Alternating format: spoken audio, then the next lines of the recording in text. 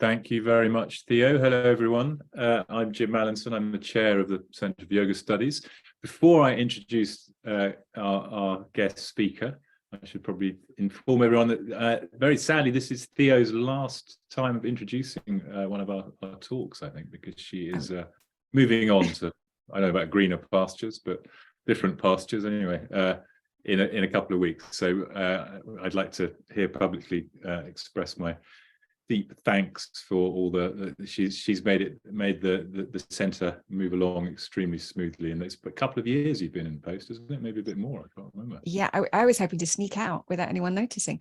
About 2.5, I think. Yeah, 2.5 years. Yeah, well, thank you very much. Thank you. What I'm mostly going to do to begin with is catch up on some academic deadlines, as any academic knows. Good luck with that. Okay.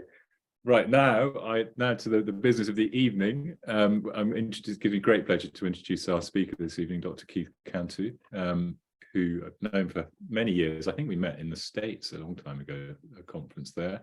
He's a radio.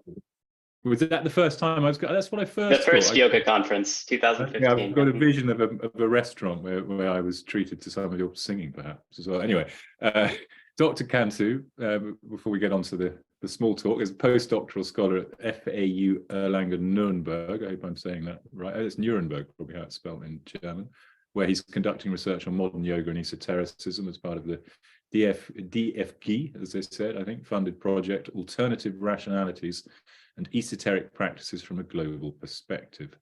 Keith previously completed a postdoc at the Jagiellonian University in Krakow, which, as most people will probably know, has been the venue for two of these big international yoga conferences, Yoga Darshana and Yoga Sādhanā, it's called.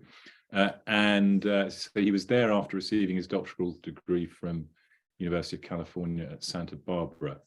And your monograph that's coming out, I guess, is based on your doctoral research, but a big expansion of that, called Like a Tree Universally Spread, Sri Sabhapati Swami and Shiva Raja Yoga, and that's coming out, published by OUP later this year.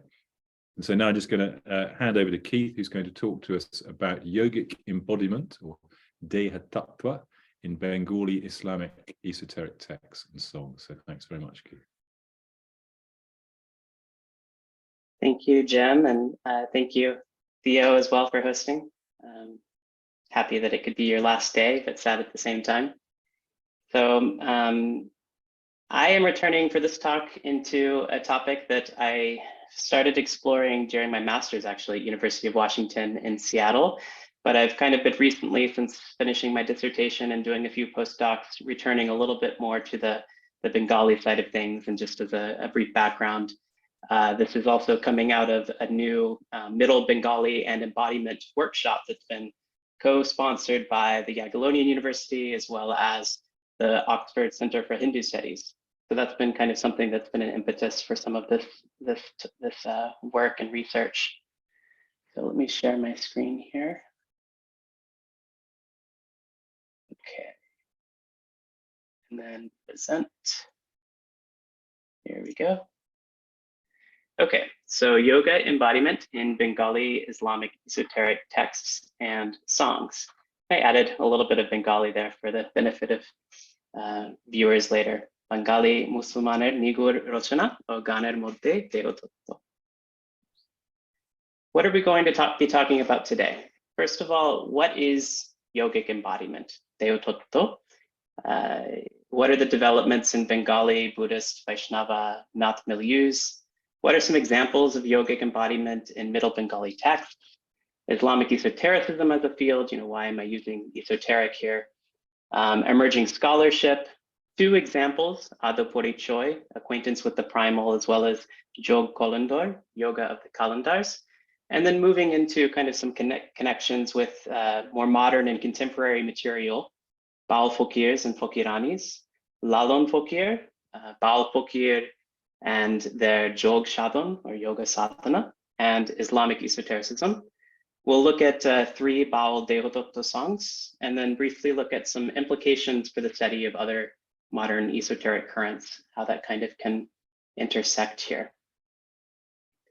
So first of all, what is yogic embodiment? Dehatattva. Literally, it's deha, body, plus tattva, principle. So doctrine of the body, principles of the body, truth of the body, those kinds of things. Tattva is truth, principle, doctrine, faculty. We have tattvas in Sankhya as this extension of Mula Prakriti. We have tattvas in Shaivism. They're also present in other Indic vernacular contexts, such as the early modern Tamil yoga of Sri Sampati Swami, who Jem mentioned is the subject of my forthcoming book. And he has this list, Dehatattvam, which is more related to Sankhya, but also departs a little bit from it. And while Dehatattva can refer to embodiment outside of yogic contexts, like manas, buddhi, ahankara, in Bengali, it refers to truths with direct reference to known yogic physiology, hence I'm using yogic embodiment. It's also popular as a subgenre of songs, Dehotatto gan, and sometimes you'll find it as a synonym, Pindototto. So doctrine of the pindo, the body as conceived of as that, that sort of mass or ball, if you will. Let's see here. So to give you some background, this is not my specialization, but I think it's very important to look at kind of some of the intersections, especially as we get into the Islamic side of things and later Bāul Fakir's. We have this notion of Buddhist Tantra as it's being developed in Bengal. And two of the main Mahaviharas are in Paharpur and Jagadala Mahavihara, which were patronized by the Pala kings. And they're said to have kind of thrived between the 8th and 12th centuries of the Common Era.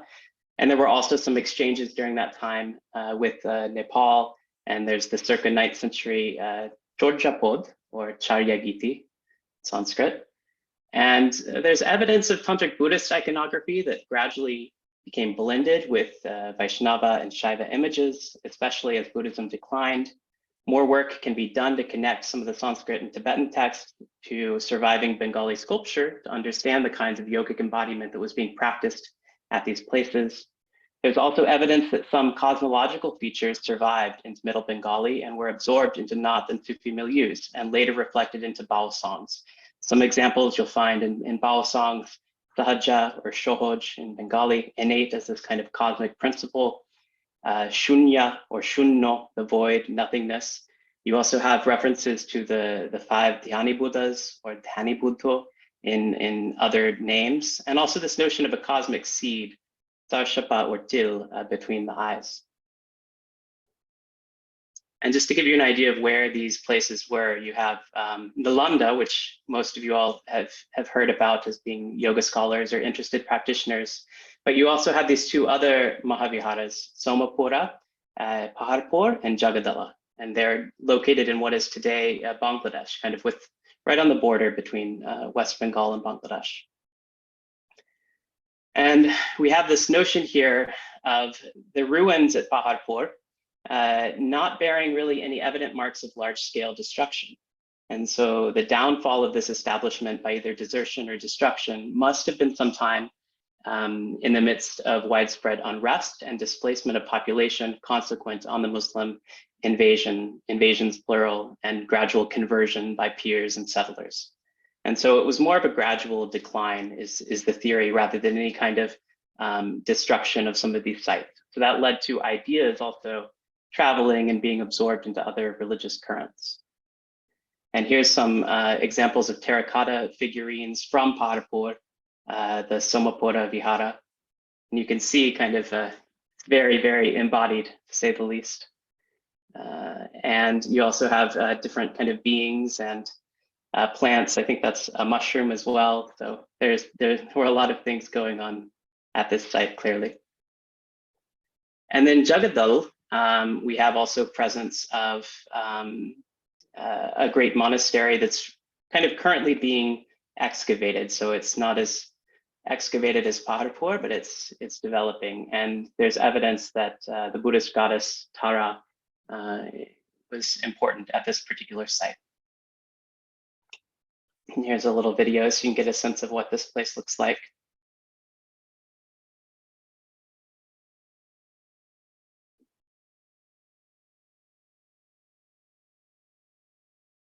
Okay. So Another kind of thread that's being kind of incorporated and that will be integrated is the so-called Vaiṣṇava or Vaishnava Sahajya, Shohajya. And this is the fusion of bhakti or devotion and cultivating love or prema for Radha and Krishna in a tantric context. And this refers to Middle Bengali texts from the circa 17th century to 18th centuries. We're talking post Chaitanya Mahaprabhu, the famous or celebrated Vaishnava reformer. Usually it refers to these kind of four main texts of one Mukunda and his circle of followers. And for that, I refer the reader to Robert Tchaikovsky, who has published an article about this, and also some chapters by Glenn Hayes. There's this notion of containing fascinating descriptions of mystical landscapes, imaginary worlds, subtle yogic bodily arteries, gates, ponds, and gatas. So this is also a very important part of the dehatattva or yogic embodiment that we're talking about. And then we also have the Nath yogis, which I've come to relatively late. And there are those of you in the audience who know much more about the Nath yogis from the Sanskrit dimensions as well as Hindi. As far as the Nath yogis go, we have this notion of kind of a threefold canon. As Adrian Munoz has pointed out, Sanskrit texts on Hatha Yoga, vernacular Nath poetry, and hagiographic narratives, legends. The first two are probably not as prominent in the Bengals, but there's clearly evidence that hagiographic legends were popular. And one example that Lubomir Ondrachka is also in the audience, thank you for coming. We also have these stories of Gorakshanath trying to save his guru Matsindranath from women, also mention of the four moons. And even though there are not as many sort of manuals or examples of Nath poetry in Bengali, we do have certain ideas that are traceable, such as an emphasis on yogic embodiment, Indotattva, ideas on Kundalini, interest in Hatha Yoga mudras to control or restrain the Bindu. And it's kind of hard to say whether these were mediated by Buddhist Tantra or through Nath yogis, one or the other, but it's some evidence is that there's definitely some Nath yogi influence here. And now kind of emerging scholarship, getting into the main focus of our talk, we have this notion of Nur Muhammad, this notion of the Prophet's lineage, the advent of Islam, kind of moving in and absorbing and incorporating some of these ideas on yogic embodiment. And so Ayesha Irani is really at the forefront of some of this research.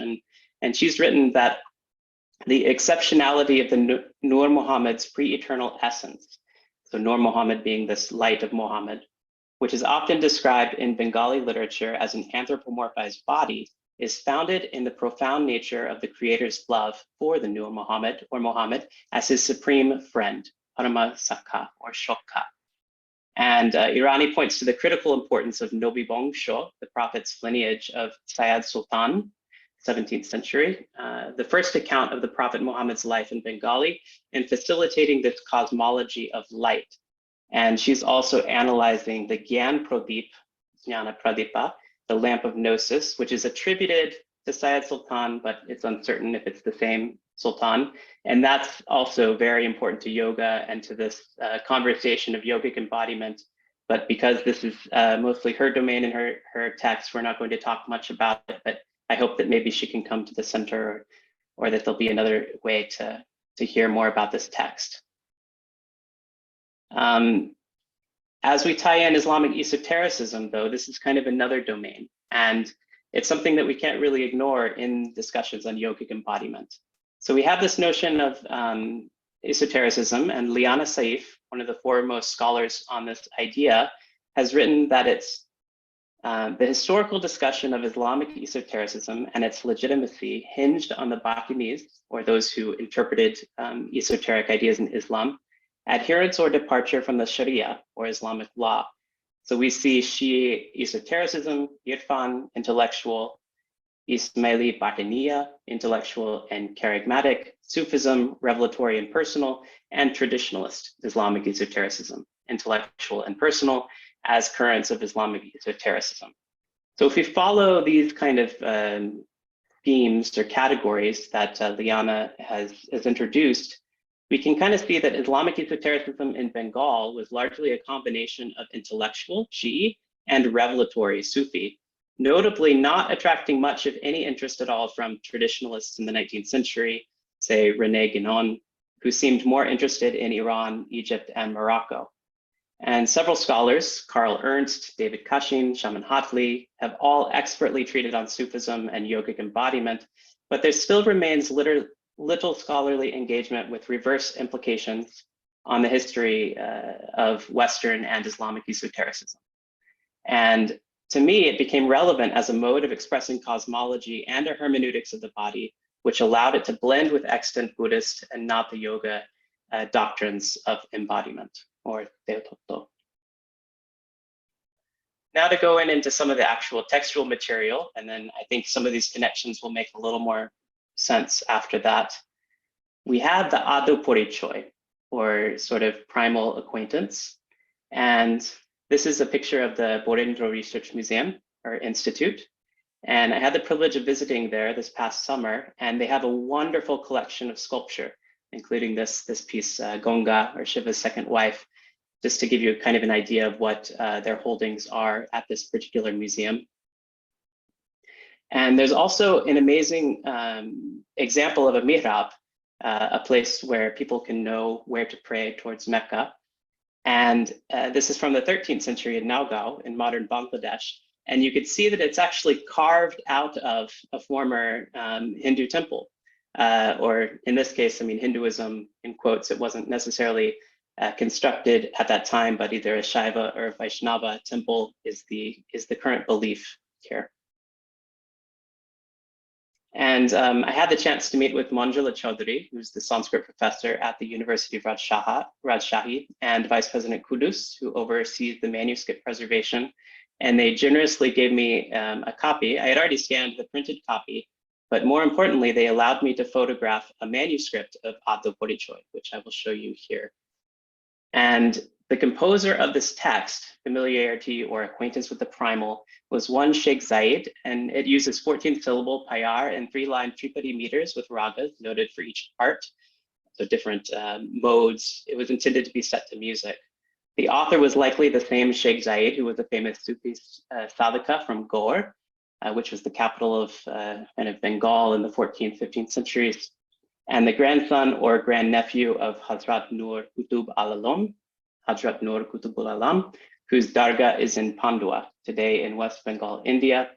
There was only a single manuscript, and it was obtained from Malda in Bengal prior to partition by one Shorat Kumar Rai. And there are 2 known printed and annotation editions, one Chaudhary and one Animal Hook. And I'm grateful to Lubomir for sending me the scan of the Animal Hook edition. There are no known translations yet, so hopefully that will change. And to give you an idea of kind of the landscape, you have green star being Malda, where the manuscript was found, but it's believed that Sheikh Zayed lived in Gaur near Malda and flourished in Pandua, this red star there in West Bengal. And then you have the yellow star where it is now the Borendra Research Museum. And then you have those 2 Mahabihars to kind of give you a sense of where this is in the geography here. So as a manuscript, it fits into this collection of Bangla Puthi, so Bangla manuscripts that are extant alongside a wide variety of Sanskrit manuscripts that are held in the Research Institute. And this particular manuscript is dated to the 19th century, 1801, but the composition itself is believed to be the 15th century. And here's kind of an idea of the text in the manuscript. And you'll notice at the top here, you have a certain vandana, and we'll talk about it a little. I know Jim's looking at it really closely, so I don't want to change too quickly here. So let's move on though. I can send it to you later. So if one is to give an abbreviated introduction to the substance of Ādya Paricaẏ, it must be said that the book's topic is dehatattva, that its main topic is in the context of the arising and disappearance of the body. And here we have this vandana, which is really interesting in the manuscript and the printed edition. And it goes Shri Shri Radha Krishna, Shri Ilahi Alamin, Shri Ganeshaya Namo, Shri Guru Chorane Namo, Shri Shri Mata Choranabhyam, Diksha Guru, Shikha Guru, Namo. And so, obeisance to Radha and Krishna, to Ilahi Alamin, this protector of the world, Ganeshaya Namo, to Ganesh, to the feet of the Guru, to the feet of the mother, and then as well as to the Guru of initiation and the Guru of learning, or Shiksha. And one portion, there are many portions of this text that we could talk about, but for the sake of time, I just wanted to focus on one, which is Jonmo Totto, and we've been going over this in the Middle Bengali reading group and workshop. And we have a few verses that I think will be interesting. So, Shunoho addo kotta mono korishiro, kemote opotti hoya monusho shuriro. So listen attentively with a fixed mind to this discourse of the primal on how the human body arises. Mayero choridrobo, pitaro choridhono, onaddo dhormero jotto boishero tono. So here we have this notion of the mother's four substances, flesh, skin, body hair, and blood, and the father's four treasures, bone, marrow, vital fluid, and semen, just as the 10 jewels of the beginningless religion, Ādya dharma, reside there. And then with these 10 jewels are speech, hearing, smell, sight, faith, intelligence, consciousness, light, spirit, body, and these are all given elsewhere in the text. Then we have Jabot ache bindu shorira bitoro, odiko pore tonu modune joljora. So to the extent that the bindu is inside the body, it burns the body exceedingly, emaciating it through sexual desire. Rupo rekko na hoya chandro pabitro ache onge, jibono jobono shobo boishe taro shonge. So long as it doesn't take a form, the moon remains sacred in the limbs. The fullness of life and youth resides together with it. And then we have Chandro bondi hoile odiko bari roti, Chandro takile hoyo kondorpo muroti. As the moon becomes captured, pleasure abundantly grows. So long as the moon remains, one becomes the very embodiment of Kondorpo, or the Cupid here. She Chandro jodi kono prokare hoyo hoya, bini shinane komma koile mohapapo hoyo. If this moon in any way flows out, unless one bathes, then a great vice is committed if this is done. And this is interesting. When this came up in the reading group, Vaiṣṇava had brought up the fact that there's this notion of bathing that comes from the Islamic context of ghusl in Persian. And there's this notion that if the moon flows out, the bindu, if you bathe, then everything might be fine. So that's kind of showing some of these Islamic tones within the text very subtly. The last thing about this text I want to talk about is one's own moon and these kind of notion of the four moons. And you have this notion here, on the day that the creator created the human body, on that very day, one's own moon descended into it. Knowing very well about the arising of one's own moon, Gorakh gave an account of it after penetrating the moons. And so here we have this notion and mention of Gorakhnath, which the editor of the text, Chowdhury, is keen to kind of give footnotes and explain a little bit. And you also have this notion of four moons as well. Ādya chandro puta guru mukhe jano, nijo chandrero puta rohilo porano. Know from the mouth of a guru that the sun is from primal moon, from one's own moon, the nija chandre, the vital breath is given to the sun. Ilimile chandro boilailen gai, gorola chandro bokhilena, Shri Gorkonai. Shri Gorakh brushed the crazy moon gently upon his body, but he did not consume the poison moon, the Gorol Chandro. And very thankful that Lubomir Undrachka has actually written about this in his chapter, What Should Minanath Do to Save His Life? And in this, we find actually this mention of four moons in the Goraksha Bijoy. Adi Chandro Koristito, Nijo Chandro Shohito, Onmotto Korea Shantan, Tin Chandro Shombaria, Apnake, Emare, Bhardia, Gorol Chandro Shob Kore Pan. He who fixes the original one moon, joins the own moon with the excited one, restrains, controls the three moons, and loads them on himself or on Kemai. He drinks all the poisonous moon. And so we have these kinds of overlaps that are going on between some of the Nath hagiographies or stories and Ādya Paricaẏ in this context of Islamic embodiment that I find very interesting. To move on to another text that kind of takes this approach from a different direction, let's talk about Jog Kalandar. Jog Kalandar is a circa 17th century, pseudonymously attributed to one Sayyid Murtaza, to whom there are contemporary devotees actually in Pakistan. I got an email from someone who was very interested in my master's thesis and had said, oh, can you please send me the translation of Yoga Kalandar? We're devotees of Sayyid Murtaza in Pakistan. So there's some interesting overlaps there. It's exemplary of a historical period in which interest in the Persian language had been waning among the local population, educated, sort of highly literate population of Bengal, as few could natively speak the language.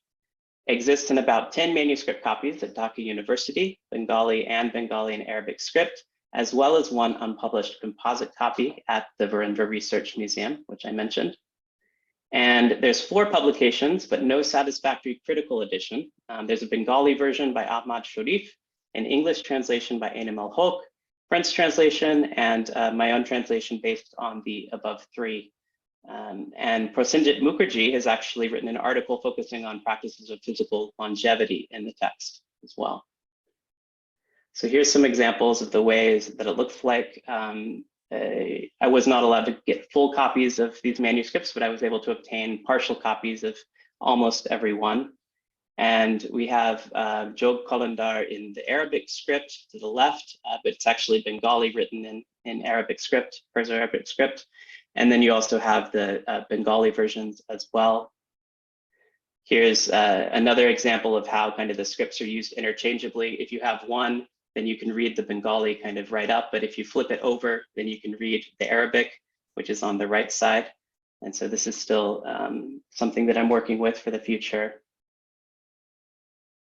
And to give you a sense of where this text comes from, the evidence is that it came from the Chattogram region, which at that time was part of this Arakan kingdom of Mraukyu. And there seems to have been some exchanges in courtly literature as well, and literature, as Thibaut Dubert has pointed out. And there's some really interesting kind of combinations with yoga and Islamic esotericism, Sufism in this text, such as one, these mokams or stations, one of which is called Nasut. Know that the station Nasut is the 3 points. In Dihari, the angel Azrael is the guardian there. Know that the inside entirely is a place of fire. There a fire blazes constantly, but it is never to be heard. Know that the Muladhar is the risen sun, and understand that the existent self, Jivatma, is its Lord. With the eyes closed and hearing withdrawn, there repeat the name. Respecting the spiritual guide, follow their way. And Franz Bhattacharya has noted that Teen Dihari, or 3 points, indicates this earthen stove of 3 points upon which one places a pot to cook rice. And it signifies this, quote, place where the 3 subtle conduits or nadi begin, Ida, Pingala, and Shushumna. She also gives a reference to Shiva Samhita, Tasmin Adhara Padme Chakarnikayam Sushopana Trikona Vartate Yunihi Sarvatantreshu Kopita. There in the Adhara lotus exists the triangular yoni, which is hidden in all the tantras. So there's some overlap here in the text. I think there's other evidence that comes out in Prosenjit's chapter with Shiva Samhita and kind of these ideas of cheating death, which might be of interest to, I know some of Jem's work as well on cheating death in the Konkan. So what we have also in this text as well are some postures, 4 specifically outlined. We have posture of the womb, Gorbo Ashon or Garbhasana. We have posture of the peacock, Moyor Ashon or Mayorasana. Posture of the lotus, Padmashon or Padmasana. And posture of yoga, Jogashon or Yogasana.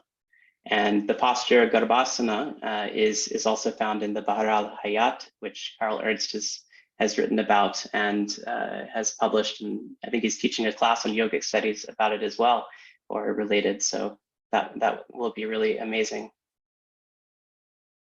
There are some other things that are going on here with this text, though. We have these mokams, Nasut, Malkut, Jabrut, Lahut, and they're all kind of full of these correspondences, colors, different manzils or stages, different forms, animal forms assumed by the guardian angels, like a tiger, serpent, elephant, peacock, and all of these kinds of things that are also corresponding with chakras and seasons, the Muladhara, Manipura, Ajna, Anahata.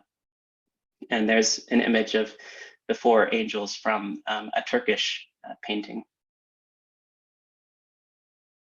So how does this relate to, the contemporary period? We could spend the whole lecture just kind of in the Middle Bengali context, but there's also some very significant overlap with what was happening in these manuscript traditions and what kind of survived or what continues to be sung in Bengali folk literature and songs.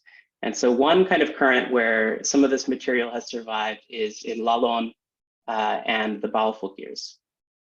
And so to give you kind of some background, I think Ahmad Sharif put it really well, actually, even though it's a dated quote. And he says, it's not possible, or it was not possible for all the Sufi adepts that entered India to avoid being swayed by India's spiritual doctrines, tattva, and practices, sādhanā. The locals also who were initiated by them were unable to leave their previous traditions of non-dualist thought and yogic precepts. It's believed that at this time, the now diminished Buddhist societies, yogic kaya sadhana doctrines were still current among these people. As a result, Sufi Islam was able to strike a compromise with the path of yoga and other prevailing paths of spiritual sadhana. As harmony with Sufism increased in the course of time, the Sahajiya, so-called Vaiṣṇava, you could say, and Bāul traditions were also created as a result. And what is this kind of result, if we can look at? There are three celebrated Bengali folk poets, at least among many: Anju Shah, Lalon, who I mentioned, Lalon Shai, also Lalon Fakir, and Boba Pagla, more recently, who Carola Loria wrote her book about. And what we'll focus on today is Lalon, who I'm the most familiar with. And Lalon has been the subject of three films, at least. There's one, Ochin Paki, which is a really interesting documentary. It talks about some of these yogic concepts. There's English subtitles as well for all of these films. Lalon and Moner Manush, to kind of give you a sense of, how these ideas, or how this poet is known, a celebrated national figure. And he is also the subject of songs of a book that I co-edited with Simon Zakaria, the Bangla Academy in Dhaka. And Carol Solomon had wrote some translations and annotations of many of Lalon's songs. And here is actually where I first heard of Ādya Paricaẏ, the medieval manuscript that I showed you, or medieval text in a modern manuscript. And here we have Ādya Paricaẏ being mentioned in the context of this Goral Chandra, or poison moon. And so this is to kind of give you a sense of how these scholars and annotations were also connecting and reading alongside each other, or being read alongside each other. So where is Lalon, where does he come into the picture? So in this circle here in Bangladesh, there's a place, basically Kumarkoli, you can see in the picture. It's today known as Kushtia, which is kind of northwest, well, not really north, but western Bangladesh. And at the time of Lalon's life, it was part of a unified Nodia. So Nodia, where you have also the Chaitanya Mahaprabhu and many other kind of movements that were circulating. And it's kind of considered a very cultural center of the two Bengals. And Lalon lived in the 19th century. It's said that he died in 1890. There's some evidence of that. And he also influenced Rabindranath Tagore. So you can see on the right side, that's Rabindranath Tagore, a painting of him kind of assuming this, bhav, or state of the bowels of Lalon. And he's actually credited with preserving some of the earliest printed, or not printed, textual actually, manuscripts of Lalon's songs, because they were written down by Lalon's disciples in notebooks. And then Rabindranath was able to print them for the educated population. And here you have also this notion of Rabindranath Tagore being kind of the greatest of the bowels of Bengal, being kind of inspired by this Lalon and his poetry and humanism. And I've just read as well in Julian Strube's new book on Global Tantra, he also brings up this fact that Carol Solomon had also mentioned that Lalon had known Shiv Chandra Bidarno, who was the guru of the John Woodruff and Arthur Avalon collaboration. So there's definitely some interesting connections with Lalon happening during this time. But today he's also a figure of kind of Bangladeshi, I wouldn't say nationalism as much as kind of a symbol for folk identity and culture. And he was adopted as such during the 1971 independence war from West Pakistan in Bangladesh. So who are some of the Bāuls who continue Lalon's legacy? So because no one really knows whether Lalon came from a Hindu family or a Muslim family because he kept these secret, Bāuls from kind of all different religions will follow this path. So we have some examples in West Bengal, Nitai Kepa and Parvati Bāul, two very prominent examples today. You also have in Bangladesh, Sadhu Humayun Fakir, who I was fortunate to spend quite a lot of time with. And you can notice on one of the invitation cards for his in Onustan or festival celebration that he had held, it's called Allah Bol Monre Paki, say Allah, oh bird of my heart. But then at the bottom, it also says, Jatir Kirup Deklam Nai Nozore, which is from a Lalon song that says, you know, I don't see Hindu or Muslim. I can't see birth group with these eyes. You know, everyone's asking me, am I a Hindu or a Muslim? But I'm asking them, what does Hindu or Muslim kind of mean? And that's part of this kind of current. But there are also deeper currents of yogic embodiment in these songs as well. It's not just a kind of a surface level kind of humanistic message, if that makes sense. And part of that you can see as well from two other, a couple, Azim Shai, who died 20 years ago, and Ferdowsi Fakirāni, who is currently my aunt-in-law, I guess you could say. And their guru is one Fakir Gholam Joru Shah. And I had the pleasure of actually spending some time interviewing the couple. This is a picture of their current mazar where Azim is buried and their family home or body. And in some of this, which is coming out in a chapter on ethnography of Tantra, edited by Karala Loria and Rohit Singh, so do pick it up when it comes out. There's some of this material happening actually. Some of these ideas on yogic embodiment that are being expressed in this context. And some of the material that I'm pulling from for these two slides are from interviews that I've taken in the field on this topic with these Bāul practitioners. And one idea is Shadon Bojon, entirely a matter of the body, Deher Bishoy, Deher Bed, Bojon, cognate with Bhakti, and Deho. And then they also have another a concept known as Jog Shadon.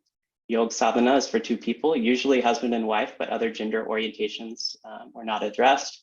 There's the yogic element being intended to create in the body an internal posture, ashon, within which the absolute can dwell. And interestingly, physical yoga postures here are called BAM, or exercises. So yoga is actually not yoga in terms of postures, but it's jog. There are two substances also as well, what I learned in interviewing them in the field. There's two substances, the substance of the father, Pitri Bostu, and the substance of the mother, Matri Bostu. And each of these two have a yoga, Duiti Bostu, Duiti Jog Ache. Marriage is not necessary for yoga sadhana, but the right partner is very important. There's also a Bengali specific context to this. Sannyasis and brahmacharis are not pursuing the same practice or sadhana as sadhus and fakirs. So there is this interesting kind of division that's taking place in this context. And this is reflected in some of Carol Solomon's fieldwork as well, which she did extensively in the 80s and 90s. And she recorded that the Bāuls, like the Sufis, assert that the Prophet taught two types of doctrines. One exoteric, or zahir, recorded in the Quran and meant for the general public, and the other esoteric, or batin, only hinted at in the Quran and aimed at the select few who are able to grasp its meaning and who pass it down from heart to heart. The notion of dil or dil Quran is Quran in the heart. Shariat is Islamic law is for followers of the exoteric path, while Marifat, mystic knowledge, is for followers of the esoteric path. So we have some of these aspects of Sufism, of Islamic esoteric ideas being even in the Imit Bāul discourse. So it's not just humanism, it's not just yogic embodiment. We also have some of these other currents that are being passed into their songs. And Lalon, who I mentioned, is probably the foremost example of that. And he has, in some of his songs, like this one, a message: one who partakes in the community, umat of the Prophet, Nobi, the servant of God, or Khoda, partakes in the community of the Prophet's path, either exoterically, zahirai, or esoterically, pushidate. And this is from a song, Khodar Banda Nobir Umot Hoya Jai Jate.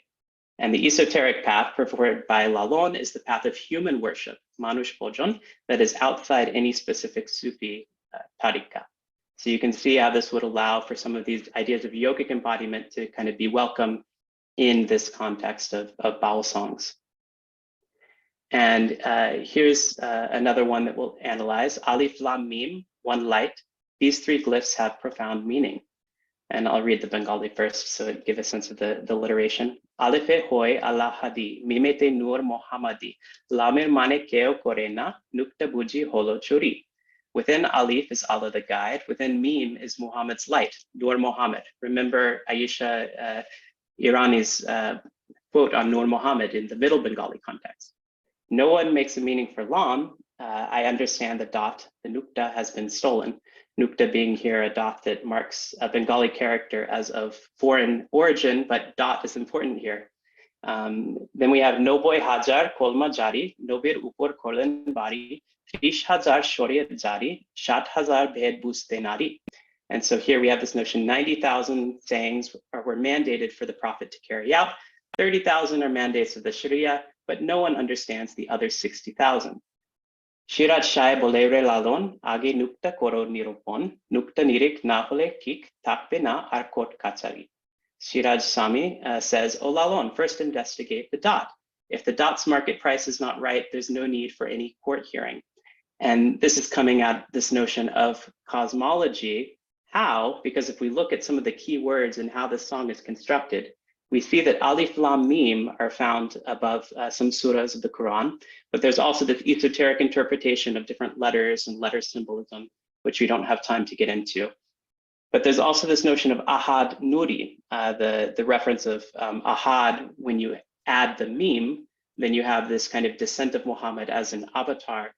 But then you also have this relevance in Bāul initiatory context of the Guru and the Guru mother and the student, this kind of Alif Lam Mim triad. There's also Allah Hadi, which is one of these so-called 99 names of Allah. Nur Muhammad, who I mentioned, the light of Muhammad, as this kind of androgynous cosmogonic substance. Then you have Lam, and apparently, if you look back at the song, it says, no one makes a meaning for Lam. So what does Lam mean? Well, I asked Shadu Humayun Fakir, what does Lam mean, point blank? And he answered with just a single word, roti. Now, roti. Okay, so roti, and he didn't say anything more than that, and he wouldn't say anything more than that, and the conversation was finished. So I'll leave it at that, and that will be your homework after watching this presentation. What does roti mean to you? And maybe it'll come up in the question and answer too.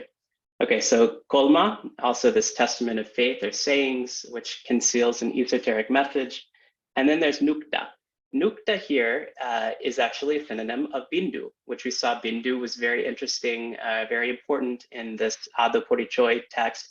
So it's this dot, this mark, this spilling of ink, if you will, that's also a spilling of semen and cosmogony. So basically, if you are able to know the price or the value of this nukta, then maybe you'll avoid having to go to court. So some kind of avoid a jamala, avoid difficulty, actually, the start of anything formal or official. And then we have this, another classic dehatattva song, Hira Manik Johra Kotimoy, Shechad Lokko Jojon Dure Roy. So Zahura, which is from the Arabic al-Zahra, Fatima, but in this context also the primal Shakti. So the highest diamond jewel, the moon that is many miles away, Chad. Unakoti দেবতা সঙ্গে আছে গাতা ব্রহ্মা বিষ্ণু শিব নারায়ণ জয় জয় জয় সে চাঁদ পাতালে উদয় ব্রহ্মণ্ডলে সে চাঁদ মহেন্দ্র যোগে উদয় হয়. So 1 less than 10 million gods are built inside Brahma, Vishnu, Shiva, Narayan, Chai. In the netherworld, the moon up to the cosmos, the moon and the great Indra rise conjoined. Shot chakra pore ache adi bidam tar, ved koriye shoptutola, puran kore sholo kola, taru pore boshe kala mohaprabhur gan gai. Jeron shuddho sadhok hoy, o chad dekhite pray, she chad mrinal joge dekha de. After the 6 wheels or chakras is its primal order, full of 16 lunar digits, kalas, split into 7 stories. Above sits the black moon, Kala, the great Lord sings a song. The adept, sadhak, who becomes pure, can almost see the moon. Moon and lotus root are seen conjoined. And then the last verse, Nobolekko dheno chore rakale, chader kobor she jane, chadro etse brindabone, Shri Radhar Shri Komole. Ladoner Fakiri Kora Nai Fikiri, Dore Shiraj Jodi Chaya De. 900,000 cows. And I asked Lucien Wong about this, actually, a scholar of Vaiṣṇava studies, and he mentioned that it's probably the Kamadhenu, these wish-fulfilling cows. Wonder with the cow herder, he knows what this moon is. That moon is in Vrindavana, in the divine Radha's holy lotus. Lalon's Fukya practice will not be just a trick if Dervish Shiraj gives refuge. And so this is the second example, and I have one more example for you that I hope will show the range of some of these dehatattva and Islamic embodiments. And this one I will sing for you.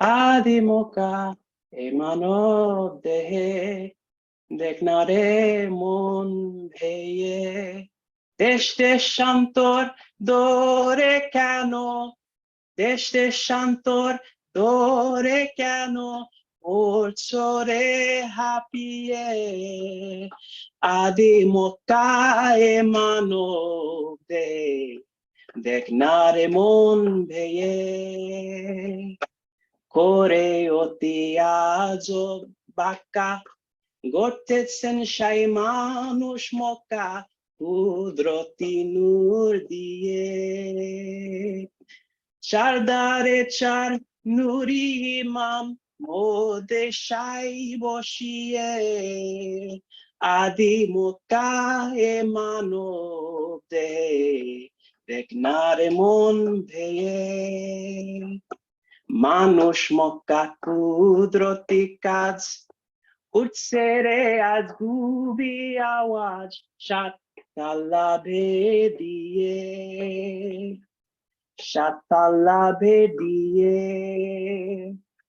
সিংদর যায় একজন দাঁড়ি নিদ্রা ত্যাগী হয়ে আদি মক্কা মানব দেখনারে মন ভেয়ে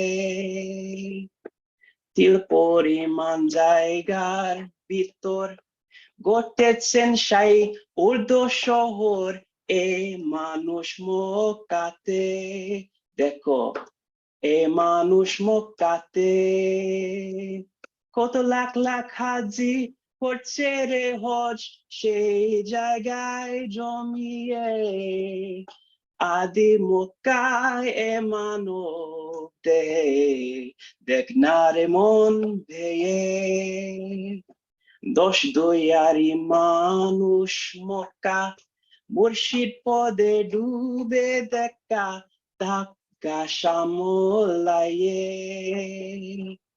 তার ধাক্কা সামলাইয়ে লালন বলে গুপ্ত মক্কা লালন বলে গুপ্ত মক্কা আদি ইমাম শেমিয়ে আদি মক্কা এমানো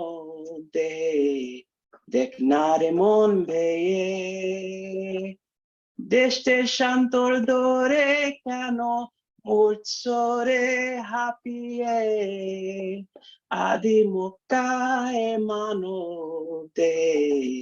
দেখনারে মন ভেয়ে. So this notion of the primal Mecca being in this human body mind, once you take a look, Why race all over the map, huffing and puffing till you're ready to drop? The Lord with most astounding skill built this human Mecca out of the divine light. At its 4 gates are 4 imams of light. The Lord sits inside within. The human Mecca is a divine work. A strange sound bursts out, penetrating 7 stories. At the lion gate is a guard who never sleeps.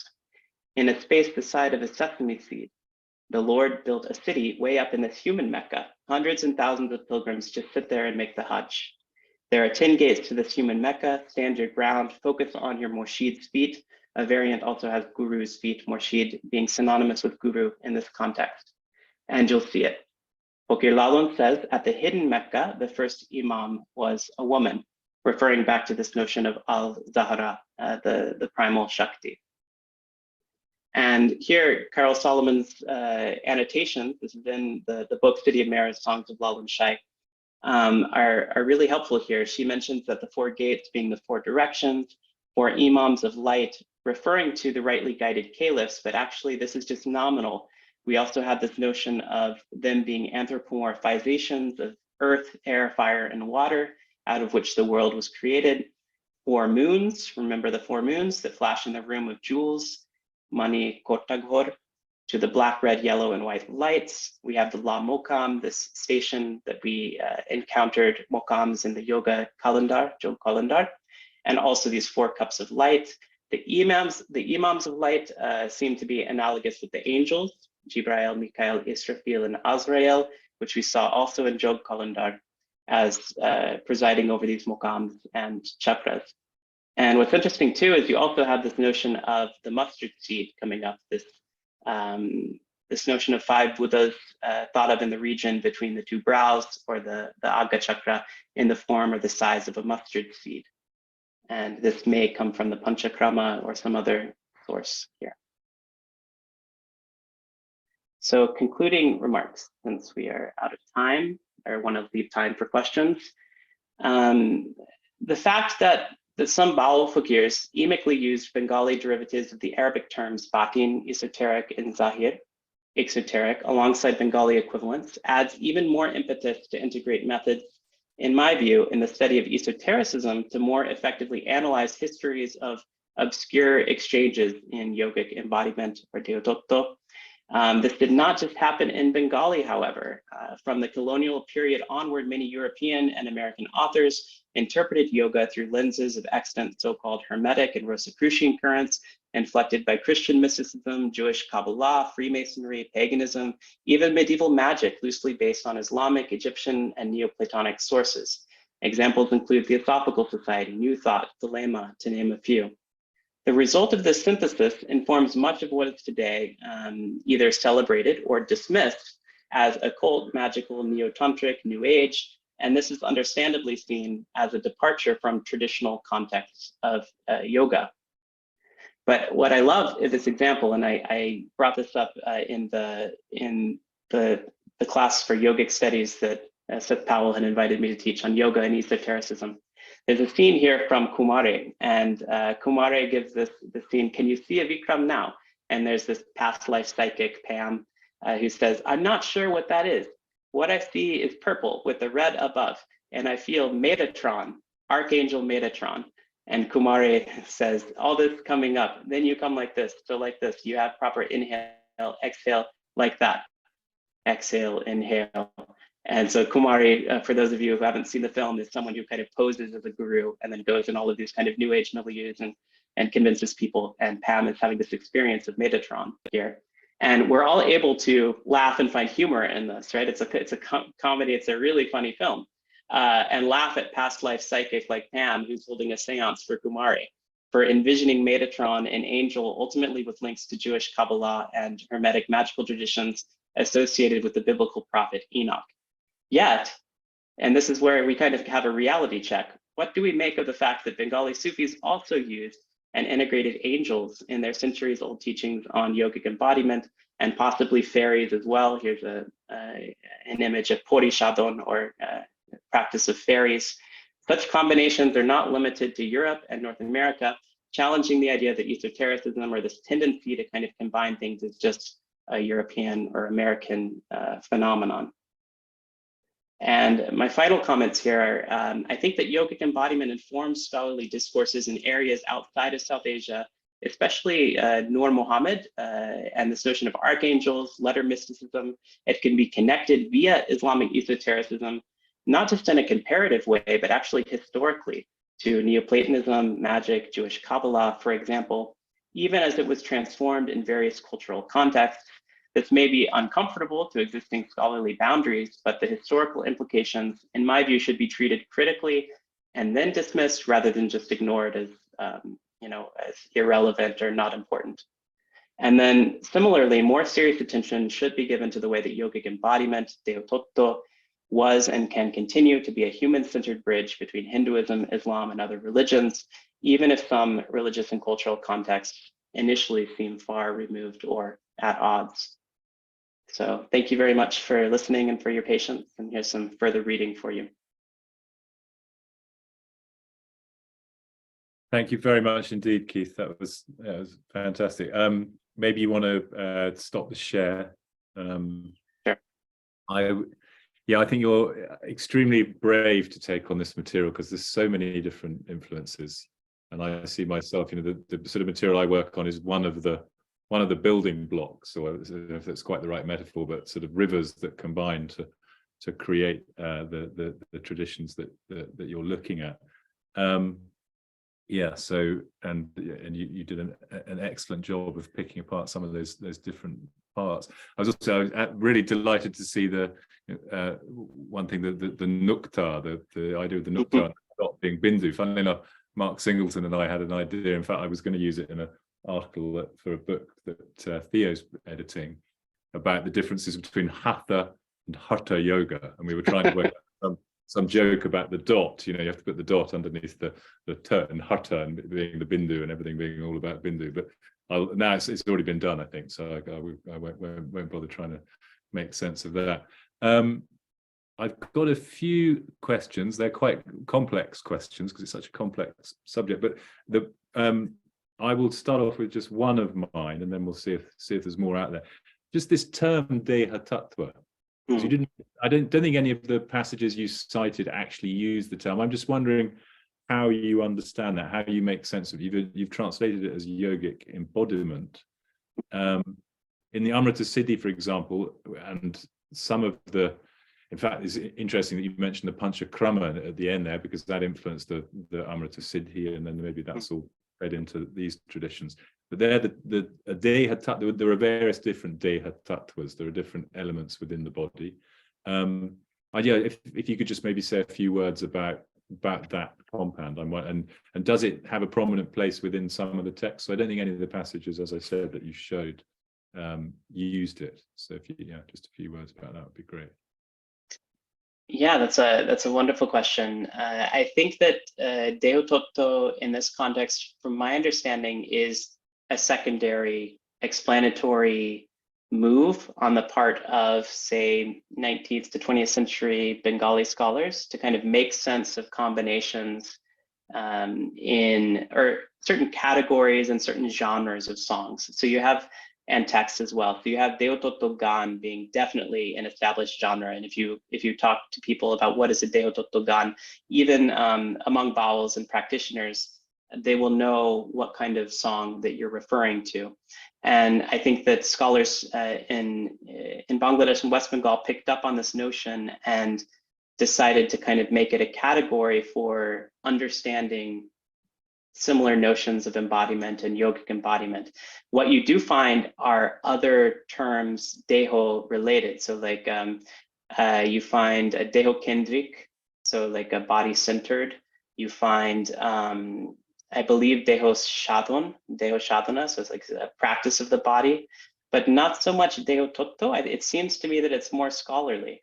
But at the same time, this is what puzzled me when I came across in South India, you have Sri Sabapati Swami in the 19th century, and this book was 1889. He uses dehatattvam, and this is very much in the same context where we're talking about these parts of the body or parts of the self. So there is some kind of way in which yogis were also using dehatattva, but not to the same extent.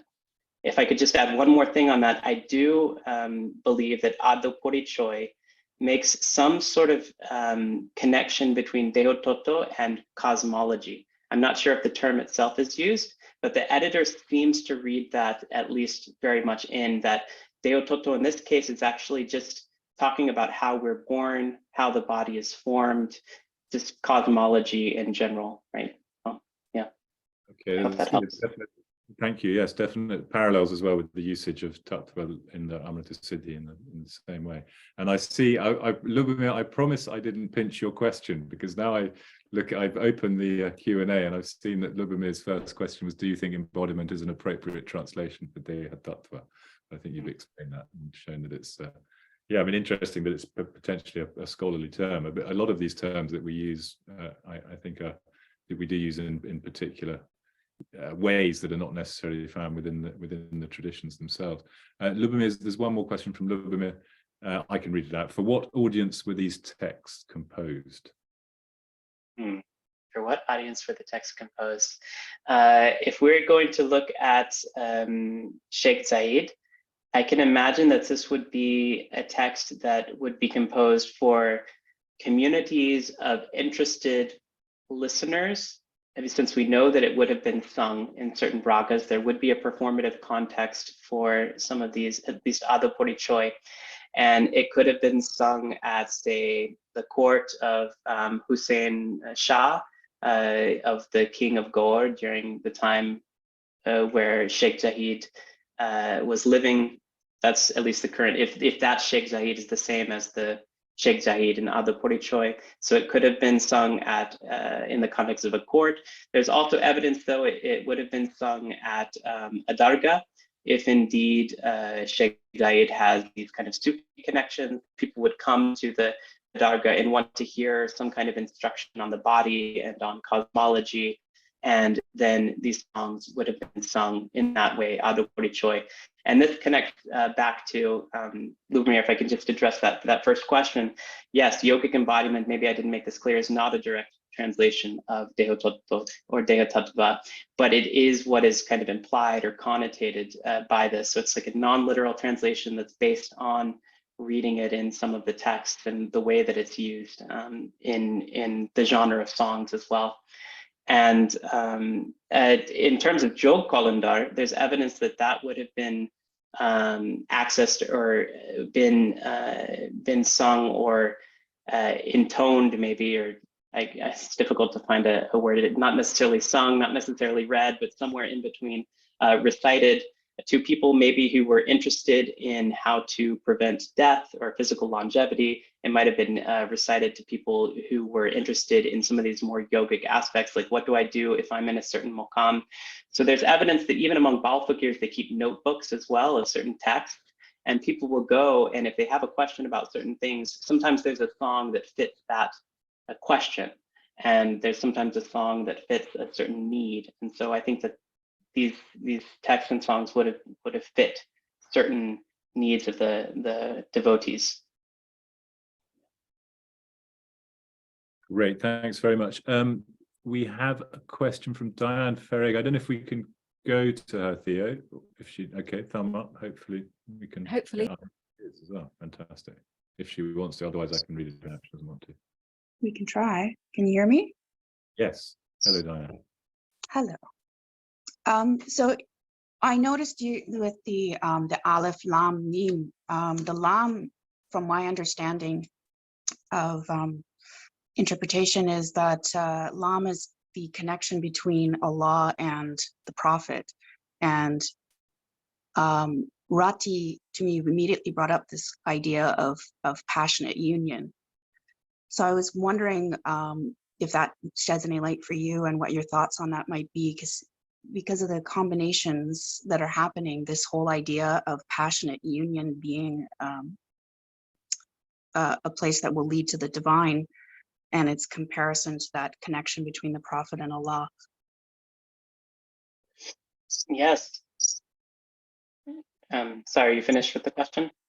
Yeah, I just wanted to hear your thoughts on that, whether that was something that would shed any light for you, and it certainly did for me. And my interest is in Kashmiri connections between Sufism and Shaivism? Yeah, thanks very much for that question.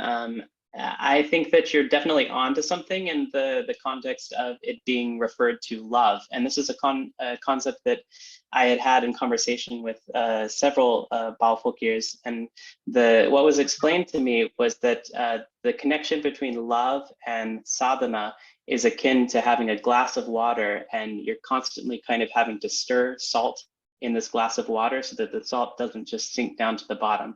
And so love is part of this connection that then allows the mixture to stay together, right? And sadhana, or this practice, is necessary to kind of preserve the love, and love is necessary to preserve the practice. So that there's definitely something there in these songs.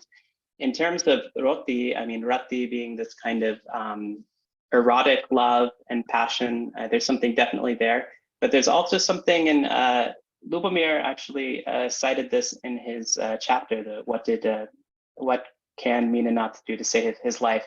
And he brings up this idea in a footnote, I think, that rati is pretty common for semen or female sexual fluids as well. So there might be something that's happening encoded in the lam as well.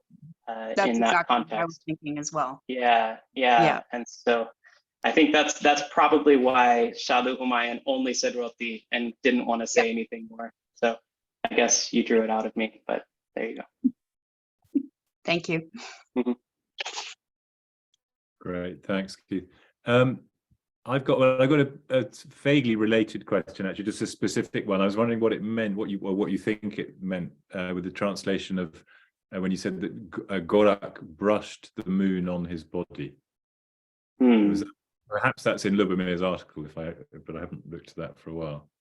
Yeah, so that was Ilimili Chandro, which I believe it has a slightly different name in the Goraksha Vijaya, but it's very similar.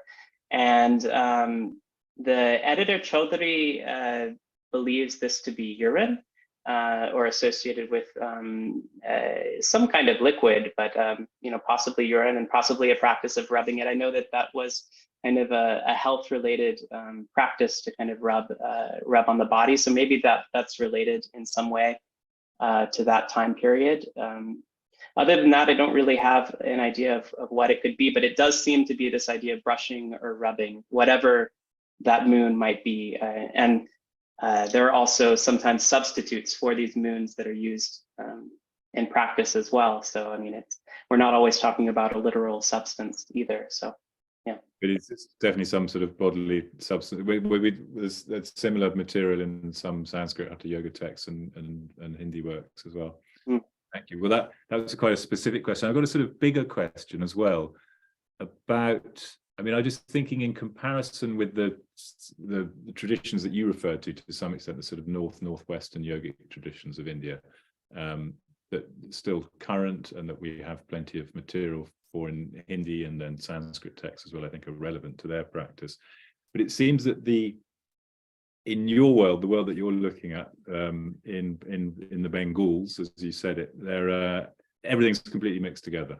And like one of the people you quoted was saying, you can't draw the line between Muslim and Hindu here and so forth. And that seems, from my paltry understanding of these traditions, really the case. And it's a huge mixture of, as you said, Vaishnavism, Buddhism, Sufism, etc., etc. But whereas in the Northwestern tradition, that's not the case. And in fact, someone wrote to me just today, actually, and I occasionally get asked this, has there been any Islamic influence on the yoga traditions? And I think perhaps, there are bigger contextual sort of influences, such as, perhaps the rise of the Bhakti traditions was partly influenced by Islam and so forth. But specifically within the Hindi, Sanskrit yoga traditions, there really doesn't seem to be obvious influence. And so my point is that they've somehow kept, that we see within the Islamic traditions from those regions, they've taken on yogic teachings and so forth. And we all, we know lots of those sort of texts, Bāul Fakiri, etc. But the other way doesn't seem to happen. Whereas in Bengal, it does seem to be a real, free flowing in both directions. And I just wonder if you got any thoughts on that, and whether I'm getting the right impression, or I mean, are there some sort of pure Hindu? I mean, we know that's a tricky word in this context, but traditions that are uninfluenced by Islam, for example, in the Bengals. Yes, I could answer your last question first. I mean, in the sense that there is a strong tradition in Bangladesh and West Bengal as well, which is, of practice for the goddess Kali, or, Shakta traditions, goddess traditions, that there's very little to, you could arguably, no Islam in that at all. I mean, except for one aspect, which in Chaudhary, the editor of Ādya Paricaẏ in the 1960s edition, he brings up this notion that even though the religious crossovers and intersections might be problematic to dissect, there's one thing that can be clear, is that text and a lot of these songs take place in a religion of music and of song.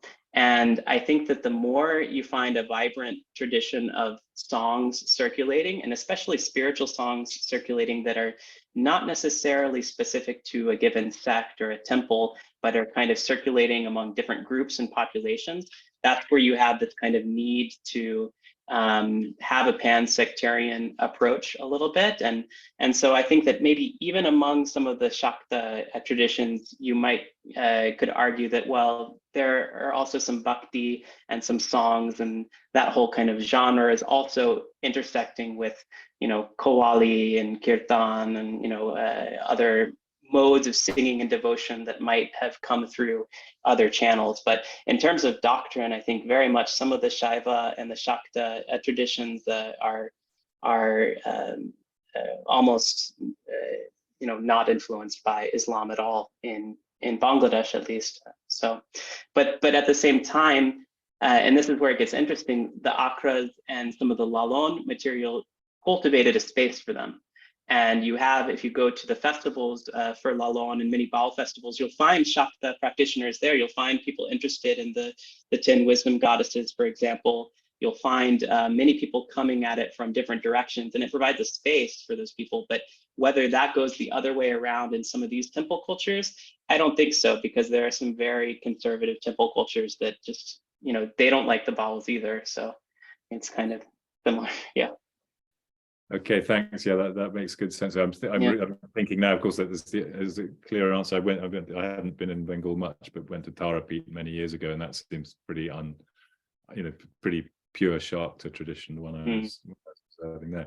And yeah, very interesting point about the songs. I suppose if there's a hit song going around, then everyone's going to take it on. And it reminds me, just yesterday I was looking at what's his name, Honey Singh or something, the Punjabi singer, Master Kalandar, obviously.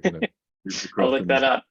Yeah, it's not bad actually. I was quite impressed, and of course, thank you very much for giving us a rendition too. In fact, last week I was in Delhi. You know Pawan Das Bāul? Pawan Das Bāul, yes, I know of him. I heard him singing last week in Delhi, so it's obviously a theme. Now I'm being sent to your Bengal. Well, I think that we're pretty much at the end. We've used up all your time, so thank you very much indeed. Oh, hang on, we've got a long. Suddenly, something's come in rather quick from Ranjan Bhaumik. Does Ranjan want? Do you mind going on for a couple more minutes, Keith? Is that no problem? Right? Yeah, feel free. I don't know if Ranjan Bhaumik would like to read this out herself. Oh, she's been called in. If she wants to, otherwise I could read it out. I could do it. Great, please do. Yeah, hi everyone. Yeah, that's like a long comment, the closing minutes, I'm sorry, but yeah. So I just wanted to refute the claim that dehatattva is sort of an established or a constructed like a genre or tradition by scholarship in the time period that you were mentioning. Because there's a sort of lacuna and gap in the study of vernacular Tantra in Bengal, with most of the focus being on the Bāuls and Fakirs in my work. I just completed my DPhil and I worked on the Rajvamshi tradition and the Rajvamshi community and the elect. And they also have this sort of shared metaphorical world of dehatattva. And the songs themselves have mentions of the word dehatattva. It is underlying the songs, it is there as metaphor, and deho comes in very many forms, like deho bhando, deho sadhana, as you said, and also just the word dehatattva in itself, whether you interpret it as the doctrine of the body, the principle of the body, however you call it. But it might just not be right to call it this exclusively a tradition. It's kind of like it's referring to itself, like it's there in several of the songs that I have collected. More on that another time, but that was my point. But brilliant presentation, thanks. Thank you very much, Ranjana. So I've now lost the screen. You're back. Okay, we are. Thanks very much indeed for that. Well, maybe we have to get you on to tell us more about those dehatattvas. That would be fascinating. That would be great. Yeah. Okay. Well, thanks, Keith. We've kept you for longer than we asked. That was fascinating. Absolutely wonderful. And thanks again for singing. That's I remember you singing way back in that first time we met in Krakow, and I've never forgotten it. So